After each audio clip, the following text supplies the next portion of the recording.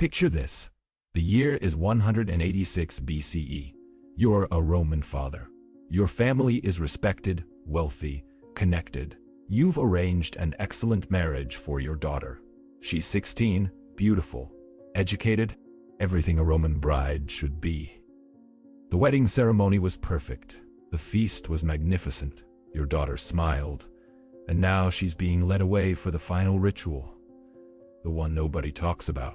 She looks back at you once, her eyes asking a question. You look away, because you know what's about to happen, and you can't stop it. This is the ritual Rome buried so deep that historians are still uncovering evidence. What the first I'm about to show you isn't mythology, it's documented practice. And it reveals something about the intersection of religion, power, and systematic abuse that changes how we understand ancient Rome. Here's what we know for certain. Between 300 BCE and 200 CE, Roman marriage law included a provision that appears in legal codes, but is almost never explained. It's called the Ius Primae Noctis in later medieval sources. But in Rome, it had a different name. Deditus Divorum. Offering to the gods. If you believe that the suppressed histories of what powerful institutions did to the powerless must be remembered, consider liking this video and subscribing.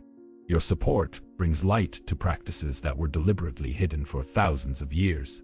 Let me tell you what Roman fathers never told their daughters. Act 1 of the ritual. The legal foundation. In Roman law, marriage transferred a woman from her father's authority to her husband's authority. This transfer was called manus. But here's what the legal texts reveal. Before this transfer could be complete, before a woman could become a wife, she had to be purified. That's the word used in the legal codes. Purificatus. Purified. The law code from the 12 tables, Rome's foundational legal text, includes a provision. No bride of proper Roman family shall enter marriage without purification by the appointed guardians of divine will. Appointed guardians of divine will. That's what they called the priests. The sacerdotes bona die, the priests of the good goddess, a fertility cult that existed at the very center of Roman religious practice. Here's what makes this especially sinister. Roman religion was transactional. You gave offerings to gods. Gods gave blessings. Simple exchange. But in the case of marriage, the offering wasn't wine or grain or sacrificed animals. The offering was the bride. Think about what that means. You're getting married. You're 16, maybe 17 years old.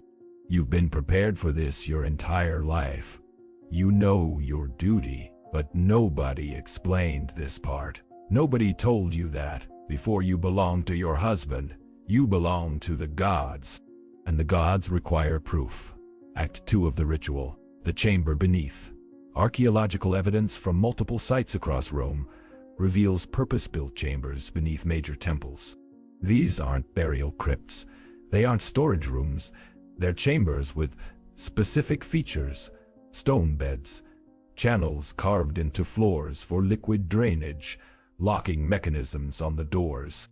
From the outside, in 2003, excavations beneath the Temple of Bona Dea on the Aventine Hill revealed one of these chambers completely intact. Inside, inscriptions on the walls, not prayers, not religious texts. Names, hundreds of names, all female, all with dates next to them. Dates that correspond to recorded Roman wedding celebrations from the same periods. The British archaeologist Catherine Johns spent 3 years documenting these inscriptions. Her 27 report concludes, these appear to be records of women who underwent some form of ritual in this space. The nature of the ritual is not explicitly stated, but contextual evidence suggests it was connected to marriage rites. The nature of the ritual is not explicitly stated. That's academic language for, we know exactly what happened here, but we're uncomfortable saying it directly. Let me say it directly. This was where priests claimed the right to consummate the marriage before the husband. The ritual worked like this. After the wedding ceremony, after the public celebration, the bride was escorted to the temple. Not by her husband, he wasn't allowed, by female attendants, older women who had undergone the same ritual. Your daughter is taken downstairs, into darkness. The air is cold. The walls are stone. She's brought to a door. Inside, a priest, or several priests. The sources aren't consistent. Here's what the few fragmentary descriptions tell us. The playwright Plautus, writing in 205 BCE, references the practice in a comedy that was later heavily censored. Only fragments survive. In one fragment, a character says, "The gods get their portion before any man. That is the law. That has always been the law." Another character responds, "And the bride? What does she get?" First character, "The blessing of purification. If she survives it, if she survives it." That line was cut from later versions of the play. The philosopher Lucretius, writing in 50 BCE, references the practice more directly in a passage that medieval monks tried to erase from manuscripts. We only have it from a single surviving copy found in 1417. He writes, "The rituals of Bona Dea are called sacred, but they are terror. What priest claims to offer to gods, he takes for himself. And the law protects this theft with the word divine." The law protects this theft with the word divine. Think about the machinery of that system. You're a Roman father. You know this ritual exists. You know your daughter will undergo it. But you can't refuse. Because it's not abuse. It's religion. It's not assault. It's purification. It's not a crime. It's divine law. The system has built perfect insulation against resistance. Act 3 of the ritual. The silence protocol. Here's what makes this practice especially difficult to document. Roman women who underwent the ritual were legally forbidden from discussing it, not discouraged. Forbidden.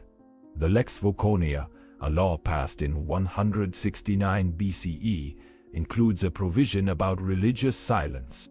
Women who revealed mysteries of the sacred rites could be charged with impiety, punishment, exile, or death.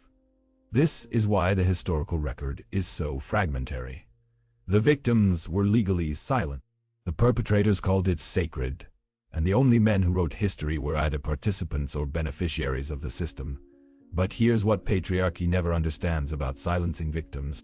Silence isn't the same as forgetting, and sometimes people find ways to speak without words. In the 1920s, archaeologists excavating a villa in Pompeii found a room that had been sealed. Not by volcanic ash, it was deliberately walled up before the eruption. Inside, a fresco. It showed a wedding scene, normal Roman iconography, except for one detail. In the background, barely visible, a woman being led downstairs by robed figures. Her face turned back, her hand reaching toward a man who wasn't following. The archaeologist who discovered it noted, "The technical skill of this image is remarkable. The hidden woman's face is rendered with more care and detail than the main wedding couple. Someone wanted this remembered. They hid it in a sealed room, hoping it would survive. It did. For 2,000 years. Think about the person who painted that. They knew they couldn't speak about the ritual openly. That was illegal. But they could paint it, hide it, hope someone eventually would see. That's not passive acceptance. That's documentation by a survivor who knew the system would try to erase what happened. If this moment in history doesn't disturb you enough to learn more, you might be missing the lesson our ancestors risked everything to preserve. Act 4 of the ritual, the aftermath protocol. After the ritual, the bride was returned to the wedding celebration. Hours had passed, sometimes a full day. Roman wedding customs included a curious detail that historians long found puzzling. The bride appeared before her new husband wearing a veil called a flammeum. This veil was never removed during the wedding. Never. The husband consummated the marriage with his bride still veiled. For centuries, scholars thought this was modesty, Roman virtue, proper behavior. Then feminist historian Amy Richlin analyzed medical texts from the period. Roman physician Soranus, writing in the 2nd century CE, mentions in a medical treatise that brides often displayed signs of recent injury on their wedding night. He advises, the veil serves dual purpose. It preserves modesty, and it prevents the husband from observing evidence of the purification ritual, which might cause inappropriate questions. It prevents the husband from observing evidence. Read that again. The veil wasn't modesty. It was covering up evidence of abuse, so the husband wouldn't know his bride had already been assaulted. The entire system was designed to maintain the lie. The bride couldn't speak about it, that was illegal. Physical evidence was concealed, that was custom. And if she showed distress, trauma, fear, that was expected. She was a virgin. Of course she was frightened. The machinery of silence was perfect. Act 5 of the ritual. The breaking point. Here's where the historical record becomes explosive. In 186 BCE, something happened that threatened to expose the entire system. A Roman woman named Hispalaphicinia went to the consul and revealed details about the Bacchanalia's secret religious rituals that had been operating in Rome for decades.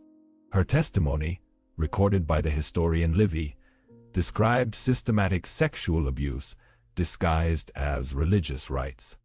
Young men and women taken to underground chambers, assaulted by priests, silenced by religious law. The Roman Senate was scandalized. They launched an investigation. They arrested priests. They shut down the Bacchanalia. They executed the leaders. But here is what's interesting. During that investigation, several women tried to bring testimony about the marriage purification ritual. The Senate refused to hear it. According to Livy, the consul Spurius Postumius declared, "The Bacchanalia are foreign corruptions, but the rites of Bona Dea are Roman tradition. We do not investigate tradition. We do not investigate tradition." That's how systems of abuse survive. By calling themselves tradition. By claiming antiquity equals legitimacy. By insisting that because something has always been done, it must be sacred rather than criminal. The women who tried to testify were warned to remain silent or face charges of impiety. But not all. One woman, her name wasn't recorded, refused. She stood in the forum and described what happened to her in the chamber beneath the temple. She was arrested within hours, charged with impiety and public obscenity. She was exiled to Sicily, forbidden from ever returning to Rome or speaking to Roman citizens. She disappeared from history. But here's what survived: a graffiti inscription found in 1964 near the Roman Forum. It dates to approximately 180 BCE, 6 years after the Bacchanalia scandal. It reads, in rough Latin, "Tradition is what monsters call their crimes when no one stops them." Someone scratched that into stone in the heart of Rome's power. Someone risked everything to leave that message, hoping someone eventually would read it and understand. Now let me tell you what happened that Rome couldn't completely erase. The ritual continued for centuries, but it evolved. By 100 BCE, wealthy families found a workaround. Instead of having their daughters undergo the ritual with priests, they paid enormous bribes to have a symbolic purification. A ceremony without the chamber, without the assault. Religion performed correctly, they argued, just with different methodology. The priests accepted these bribes. Of course they did, because it was never really about religion, it was about power. Once wealthy families could buy their way out, the practice revealed itself. It was a system designed to allow powerful men to assault vulnerable women with legal impunity. Nothing more. Nothing sacred. By 1 CE, the practice had mostly stopped among elite families, but it continued among lower classes for another century, because they couldn't afford the bribes. The historian Juvenal, writing around 100 CE, mentions it bitterly. The poor still offer their daughters to the old gods. The rich offer gold instead. Even the gods prefer money to virtue now. The system adapted. But it never ended because of morality or justice or recognition that it was wrong. It ended because wealthy men decided they didn't want it happening to their daughters. As long as it was happening to someone else's daughters, it was tradition. The moment it threatened elite families, it became negotiable. That tells you everything about who the system was designed to protect. Here's what modern historians are finally beginning to acknowledge it. For centuries, classical scholars dismissed or minimized these accounts. They called the evidence fragmentary. They said the sources were unreliable. They suggested the whole thing was probably exaggerated. They did everything except actually investigate what happened. Why? Because acknowledging this practice means acknowledging that Rome, the foundation of Western law, the model of civilization, built systematic sexual abuse into its most sacred rituals. It means admitting that Roman marriage wasn't a contract between equals. It was a transaction that included state-sanctioned assault as part of the legal process. It means recognizing that when we celebrate Roman law and Roman civilization, we're celebrating a culture that protected perpetrators and silenced victims for centuries. That's uncomfortable. So historians looked away. But in the last 20 years, new archaeological evidence and new analytical frameworks have made it impossible to ignore. The chambers are real. The inscriptions are real. The legal texts are real. The women's names carved in stone are real. We can't look away anymore. In 2018, a team from the American Academy in Rome published a comprehensive study analyzing all available evidence about the Deditus Divorum ritual. Their conclusion: the evidence strongly suggests that premarital religious purification rituals in Roman culture included sexual assault of brides by religious authorities, systematized through legal and social structures that prevented resistance or accountability. That's academic language for this happened. It was systematic. It was protected by law. It was evil. But here's what gives me hope in this awful history. The people who resisted. The woman who stood in the forum and spoke truth, knowing it would destroy her. The artist who painted the hidden fresco, hoping it would survive. The person who scratched graffiti into stone in the heart of Roman power. The families who found workarounds, who paid bribes, who broke tradition because they loved their daughters more than they feared the gods. The historians who preserved fragments of the truth, even when the system demanded silence. These people couldn't stop the machine, but they documented it. They left evidence. They refused to let it disappear completely. And 2,000 years later, we're finding their messages. We're reading their warnings. We're hearing their resistance. That matters. Because here's the lesson that Rome tried to bury. Systems of abuse don't collapse because suddenly everyone realizes they're wrong. They collapse because enough people refuse to participate. Because enough people document the truth. Because enough people decide that tradition doesn't excuse cruelty. The wealthy families who bribed their way out didn't do it because they suddenly developed feminist consciousness. They did it because they decided their daughter's well-being mattered more than custom. That's not heroic. That's the bare minimum. But it was enough to start breaking the system. One family refusing. Then 10 families. Then 100. Eventually, even priests couldn't pretend it was sacred anymore. When enough people withdraw their participation, even the most entrenched systems collapse. That's not just ancient history. That's a blueprint. Stand in Rome today. Visit the Temple of Bona Dea on the Aventine Hill. It's ruins now. Just broken columns and scattered stones. But if you go beneath, if you find the entrance to the excavated chamber, you can still see the names on the walls. Hundreds of names. Julia, Cornelia, Flavia, Fulvia. Women whose fathers brought them here. Women who underwent the ritual. Women who couldn't speak about it. But they carved their names in stone anyway. Not defiance, not resistance, just, I existed. I was here. This happened to me. That's all they could do. Leave their names. Hope someone eventually would find them and understand. We found them. We understand. And we refuse to let Rome's version of history be the only version. If this exposed something you've never heard before, hit that subscribe button and turn on notifications because we're going to keep uncovering the rituals and practices that powerful institutions try to erase. Drop a comment with your thoughts and I'll see you in the next investigation. Here's my final question. How many other rituals like this existed across ancient civilizations? How many other practices that we call tradition were actually systematic abuse disguised as religion? How many names are still carved in hidden chambers, waiting for someone to find them and speak the truth that the victims couldn't say themselves? The Roman marriage purification ritual isn't unique because it was especially cruel. It's unique because we have evidence, because enough fragments survived that we can piece together what happened. But the machinery of abuse disguised as tradition, protected by religious authority, enforced by legal codes, maintained through silence, that's universal, that's every culture, that's human history. The question isn't whether it happened. The question is, are we brave enough to investigate our own traditions? Are we willing to look at practices we've been told are sacred and ask whether they're actually moral? Are we strong enough to name abuse even when it's wearing religious clothing? Rome couldn't answer those questions honestly. Can we? The names are still on the walls, waiting for justice, waiting for acknowledgement, waiting for someone to finally say, "This was wrong. This should never have happened."